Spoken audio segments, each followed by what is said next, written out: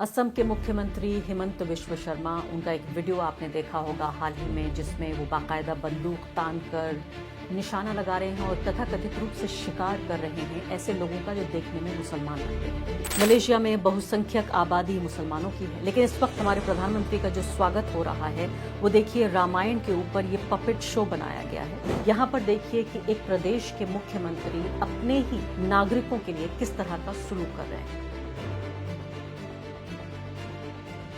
प्रधानमंत्री नरेंद्र मोदी चुप क्यों हैं? प्रधानमंत्री नरेंद्र मोदी इसलिए चुप हैं कि उनकी चुप्पी में हिमंत बिस्वा शर्मा ने जो कहा उसकी हिमायत। कि नरेंद्र मोदी की क्या वो क्रेडिबिलिटी है, क्या वो विश्वसनीयता है एक प्रधानमंत्री के तौर पर कि किसी मुख्यमंत्री पर वो लगाम लगाएं? कतई नहीं, क्रेडिबिलिटी की बात नहीं है, बल्कि उनकी क्रेडिबिलिटी यही है कि वे ऐसे नफरत भरे बयान देते रहें और ऐसे नफरत भरे बयानों का समर्थन करते रहें। इसमें उनकी साख है।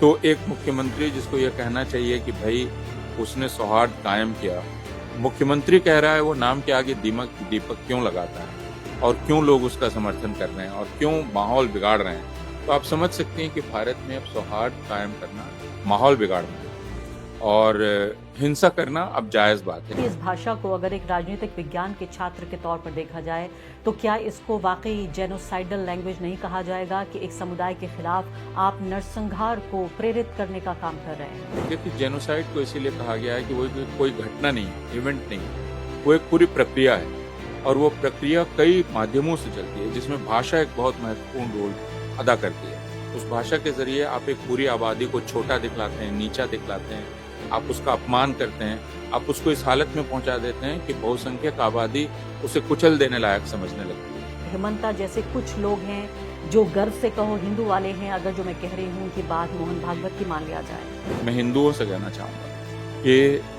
अगर उन्होंने हिमंत बिस्वा शर्मा भारतीय जनता पार्टी को से जल्दी पीछा नहीं छुड़ाया तो फिर उनके लिए खुद अपनी आंख में उनकी कोई इज्जत नहीं रह जाएगी। नमस्कार, द वायर में आपका स्वागत है। मैं हूं आरफा खानम शेरवानी। असम के मुख्यमंत्री हिमंत बिस्वा शर्मा, उनका एक वीडियो आपने देखा होगा हाल ही में, जिसमें वो बाकायदा बंदूक तान कर निशाना लगा रहे हैं और तथाकथित रूप से शिकार कर रहे हैं ऐसे लोगों का जो देखने में मुसलमान लगते हैं। अब ये कहा जा रहा है कि ये हिंदुत्व की जो पूरी राजनीति है उसमें जो एक तरह की प्रतिस्पर्धा, जो ये कंपटीशन हो रहा है, उसके लिए एक तरह से निर्विवादित रूप से नरेंद्र मोदी को छोड़ दिया जाए, योगी आदित्यनाथ को हम छोड़ दें, पुष्कर धामी को हम छोड़ दें, इसके अलावा तमाम जो हिंदुत्व के नए स्टार्स हैं, तथाकथित स्टार्स हैं, उनमें सबसे आगे निकल गए हैं हिमंत बिस्वा शर्मा। इसमें तमाम तरह की दलीलें ये दी जा रही हैं कि सिर्फ चुनाव के लिए किया जा रहा है, धार्मिक ध्रुवीकरण किया जा रहा है, हिमंत बिस्वा शर्मा या बीजेपी जो है उनकी पार्टी वो चुनाव में कमज़ोर नज़र आ रही है, इसलिए सब कुछ किया जा रहा है। लेकिन साफ तौर पर अगर देखा जाए तो उनकी भाषा नरसंहारी भाषा है, क्योंकि नरसंहार सिर्फ कत्ल से शुरू नहीं होता, तलवार से, बंदूक से शुरू नहीं होता, वो भाषा से शुरू होता है। और तमाम जो राजनीतिक विज्ञान की पूरी दुनिया में जानकार हैं, जिन्होंने 100 नहीं बल्कि 200 साल, 500 साल का इतिहास देखा है, जब जब इंसानियत पर जुल्म हुआ है वो इसी तरह की भाषा के साथ हुआ है। यानी जब इंसान को इंसान के दर्जे से गिराकर एक सब ह्यूमन, एक कमतर दर्जे का इंसान बना दिया जाए, जहां आम जनता में एक तरह की ऐसी भावना पैदा कर दी जाए कि ये इतने खराब, इतने बेकार, इतने बदतरीन लोग हैं और ये राष्ट्र के हित के लिए इतने खतरनाक हैं, ये लोग, इस तरह के दिखने वाले लोग, इस तरह के भगवान को मानने वाले लोग, इस तरह के खान पान करने वाले लोग, कि इन लोगों का मारा जाना ही ज़रूरी है, इन लोगों का जिंदा रहना खतरनाक है और राष्ट्र हित में इनको एलिमिनेट किया जाना चाहिए। तो इसी तरह की जो भाषा का इस्तेमाल है, उसी को एक तरह से अपनी राजनीति को शब्द न देकर उन्होंने बाकायदा एक फिल्म के तौर पर, एक छोटी सी कुछ सेकंड की फिल्म के तौर पर दिखाया गया। काफ़ी आउटरीच हुआ सोशल मीडिया पर, इस वीडियो को हटा लिया गया। हिमंत बिस्वा शर्मा को मैं सुन रही थी, वो कह रहे थे कि पहली बात तो मेरे हैंडल से ये ट्वीट नहीं हुआ है, दूसरी बात कहने लगे कि बांग्लादेशी घुसपैठियों के ऊपर ये उनका निशाना था, वो असम के मुसलमानों के बारे में नहीं कह रहे थे। ये सफाई दी उन्होंने। जब पत्रकार ने आगे पूछा तो उन्होंने कहा कि असम जो है इस वक्त, ये तो सुप्रीम कोर्ट भी कह चुका है कि असम इस वक्त डेमोग्राफिक इन्वेजन सह रहा है और इसके अलावा अगर मैं नहीं बोलूँगा तो वो मुझे खा जाएंगे, मैं नहीं मारूंगा तो वो मुझे मार देंगे। आप सोचिए कि एक प्रदेश का मुख्यमंत्री, उसकी भाषा इतनी हिंसक है उस वीडियो को भी मान लेते हैं कि उनकी सहमति नहीं थी। पहली बात तो कई घंटे तक ये वीडियो लगा रहा, ये कोई पहला वीडियो नहीं है। दूसरी बड़ी बात कि वही हेमंत विश्व शर्मा है जो ये कहते रहे, जिन्होंने अभी के अभी बयान दिया था कि अगर मियाँ मुसलमान रिक्शे वाला अगर 5 रुपए उसके होते हैं जायज़, तो आप उसको 4 रुपए दीजिए और इतना परेशान कीजिए कि वो असम छोड़कर भाग जाए। ऐसे व्यक्ति की किसी भी सफाई पर क्या विश्वास किया जाए। लेकिन सवाल यहाँ पर दूसरा है। ये प्रधानमंत्री नरेंद्र मोदी मलेशिया में मौजूद हैं। ये तस्वीरें आप देख रहे हैं स्क्रीन पर। मलेशिया में बहुसंख्यक आबादी मुसलमानों की है, लेकिन इस वक्त हमारे प्रधानमंत्री का जो स्वागत हो रहा है वो देखिए रामायण के ऊपर ये पपेट शो बनाया गया है।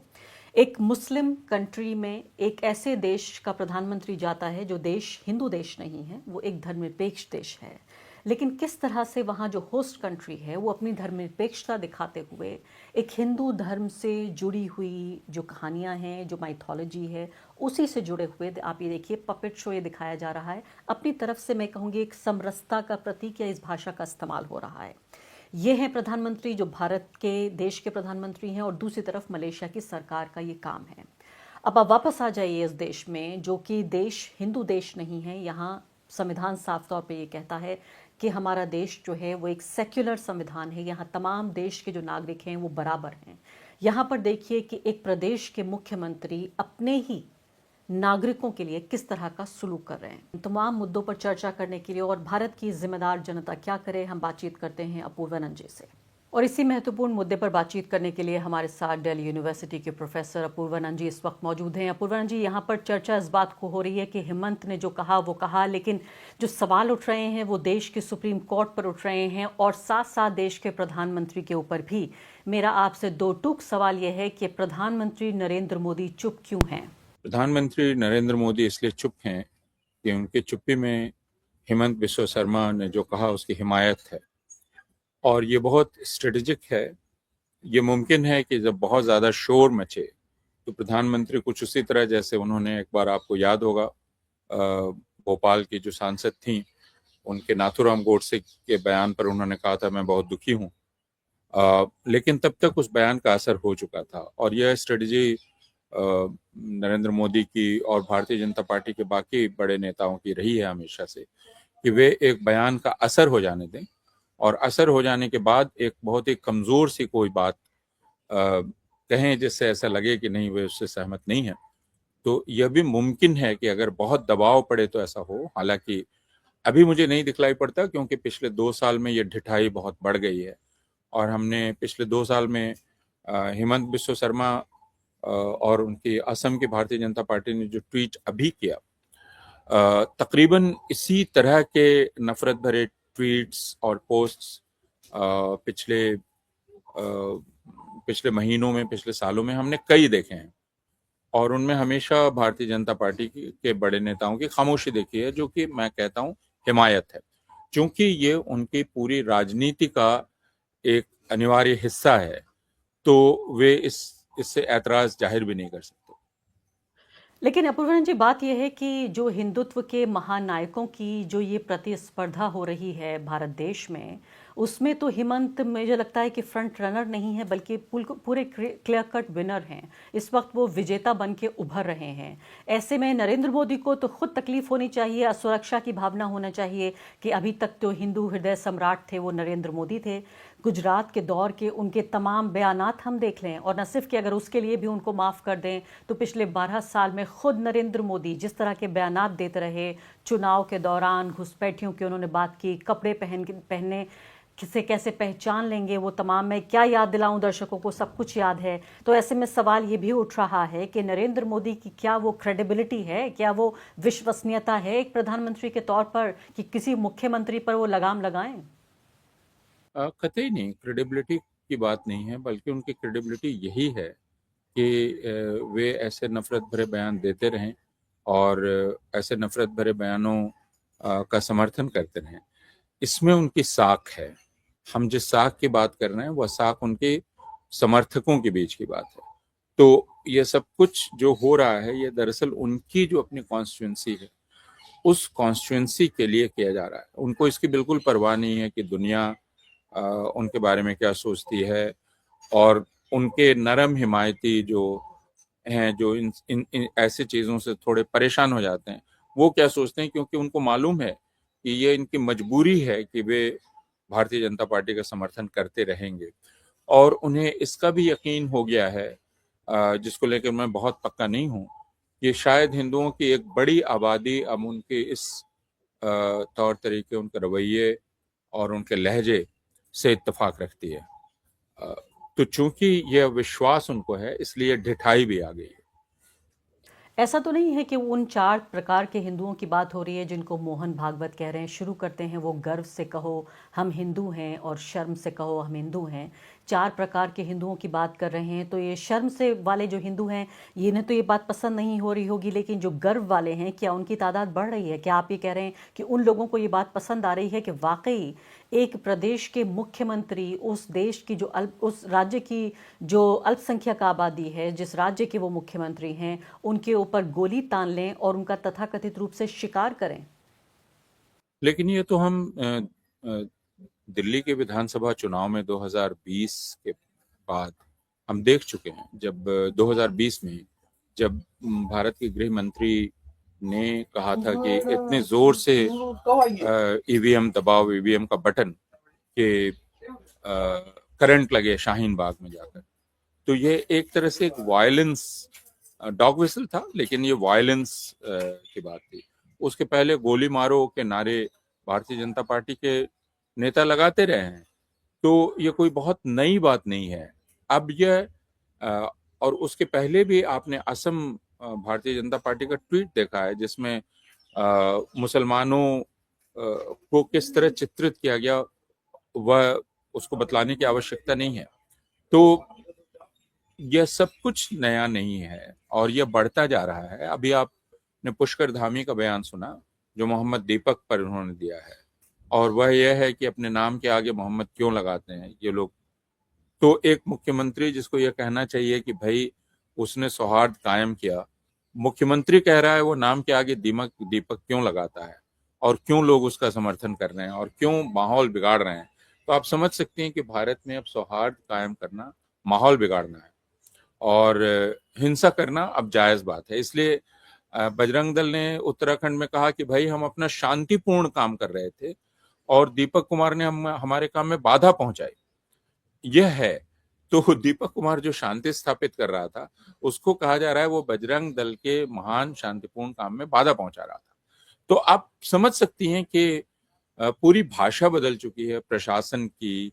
अब प्रशासन ये कहता है, फर्ज कीजिए कहीं कोई हिंसा हो और आप उस हिंसा की रिपोर्ट करें, तो प्रशासन आपको फोन करेगा कि आप अशांति फैला रही हैं, आप हिंसा की खबर क्यों कर रही हैं, वो आपको नहीं करनी चाहिए। हमने इसको त्रिपुरा में देखा, हमने उत्तर प्रदेश में देखा, हम दूसरी जगहों पर हमने देखा कि आप हिंसा की अगर का जिक्र करेंगे तो आपको अपराधी घोषित कर दिया जाएगा। मोहम्मद जुबैर के साथ ये हुआ, बाकी लोगों के साथ हुआ। तो जो अभी हेमंत बिस्व शर्मा कर रहे हैं, ये बिल्कुल उस राजनीति के तार्किक एक तरह से तर्कपूर्ण उसका सिलसिला है जो आगे चल रहा है। एक लॉजिकल एंड अगर मैं कहूँ, क्या ये बात सच है या ये एंड नहीं है? एंड तो अभी आप नहीं कह सकती, क्योंकि ये सिलसिला है और ये सिलसिला चलेगा। आप देखेंगे इसमें ढिठाई बढ़ती चली जाएगी। ये कुछ इतना ज्यादा साफ हो गया था कि इसको डिलीट करना पड़ा, लेकिन डिलीट करने के पहले इसका असर हो चुका है, और उस असर का फायदा लेने की कोशिश भारतीय जनता पार्टी करेगी। मैं सिर्फ हिमंत बिस्व शर्मा नहीं कह रहा हूं। मेरा सवाल यहाँ पर यह है कि यह एक ट्वीट आया, इसमें उस असम के जो प्रशासनिक अधिकारी हैं उन्होंने क्या किया, असम की पुलिस ने क्या किया, असम के सिविल सोसाइटी के बहुत ही जिम्मेदार नागरिकों ने अदालत को खत लिखा है, अदालत ने अब तक क्या किया।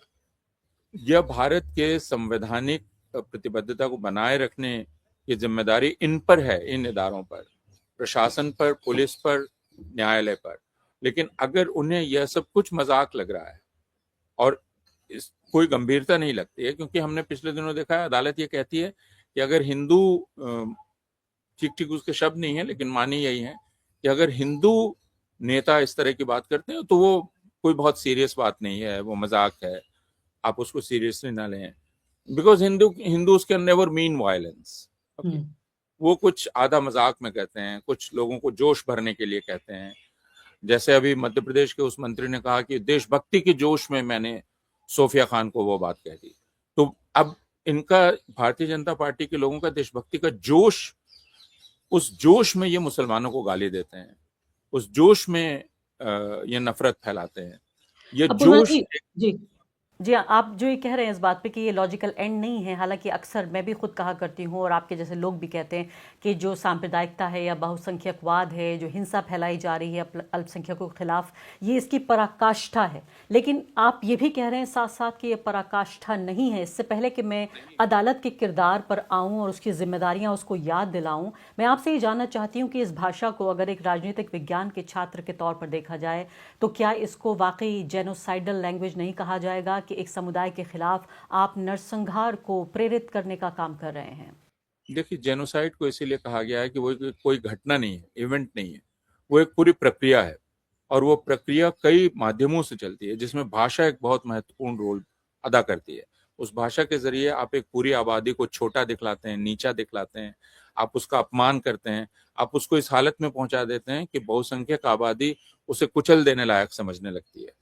तो यह भाषा के जरिए किया जाता है, सांस्कृतिक प्रतीकों के जरिए किया जाता है। तो और यह काम मुसलमानों के खिलाफ भारतीय जनता पार्टी, राष्ट्रीय स्वयंसेवक संघ और बाकी उसके जो संगठन है, वे अरसे से करते चले आ रहे हैं। अभी जो हमने देखा वो ठीक वही चीज दोहराई गई। हम हर बार एक हमें नया सदमा लगता है, अरे यहां तक भी जा सकते हैं, लेकिन उसके बाद वो फिर एक बाउंड्री क्रॉस कर जाते हैं और कहते हैं कि देखिए अभी कोई बाउंड्री नहीं है जो हम क्रॉस नहीं कर सकते, क्योंकि कोई सिविलिटी नहीं है। और उसके बाद लोग शोर करने लगते हैं कि देखिए प्रधानमंत्री जी तो सबका साथ सबका विकास की बात कर रहे थे, ये लोग क्या कर रहे हैं, ये डिस्टर्ब कर रहे हैं, ऐसा इनको नहीं करना चाहिए। जबकि प्रधानमंत्री खामोश है, उसको मालूम है कि सबका साथ सबका विकास ये दरअसल उन लोगों के लिए दिया गया है जो उनकी रक्षा करना चाहते हैं। अखबारों के संपादक, उद्योगपति, बाकी तमाम लोग जो उनका समर्थन करना चाहते हैं, तो उनके लिए आड़ है। जी, मैं बिल्कुल एक थका हुआ, हारा हुआ सा सवाल आपसे आखिर में और फिर से दोहरा रही हूँ इसी सवाल को कि आखिर जो मुसलमान इस वक्त देख रहे हैं हमारे इस कार्यक्रम को, वो क्या करें? वो क्या इस बात में थोड़ी राहत ले सकते हैं कि हमने ट्विटर पे देखा बहुत सारे लोग, हिंदू नामों वाले लोग, उन्हें गुस्सा आया, उन्होंने ट्वीट किया और कहा कि ये उन्हें बर्दाश्त नहीं है, उन्हें अच्छा नहीं लग रहा है। क्या आप मुसलमानों को ये बताना चाहते हैं कि अभी भी देश की बहुसंख्यक आबादी, अगर सोशल मीडिया पर उसका एक रिप्रेजेंटेशन मान लिया जाए, तो इस बात से सहमत नहीं है? ये हिमंता जैसे कुछ लोग हैं जो गर्व से कहो हिंदू वाले हैं, अगर जो मैं कह रही हूँ उनकी बात मोहन भागवत की मान लिया जाए। मैं अब ये नहीं कह सकता। मैं ये मानता हूँ कि हिंदुओं में एक अच्छी संख्या है, वरना हिमंता बिस्वा शर्मा को ये हिम्मत नहीं होती।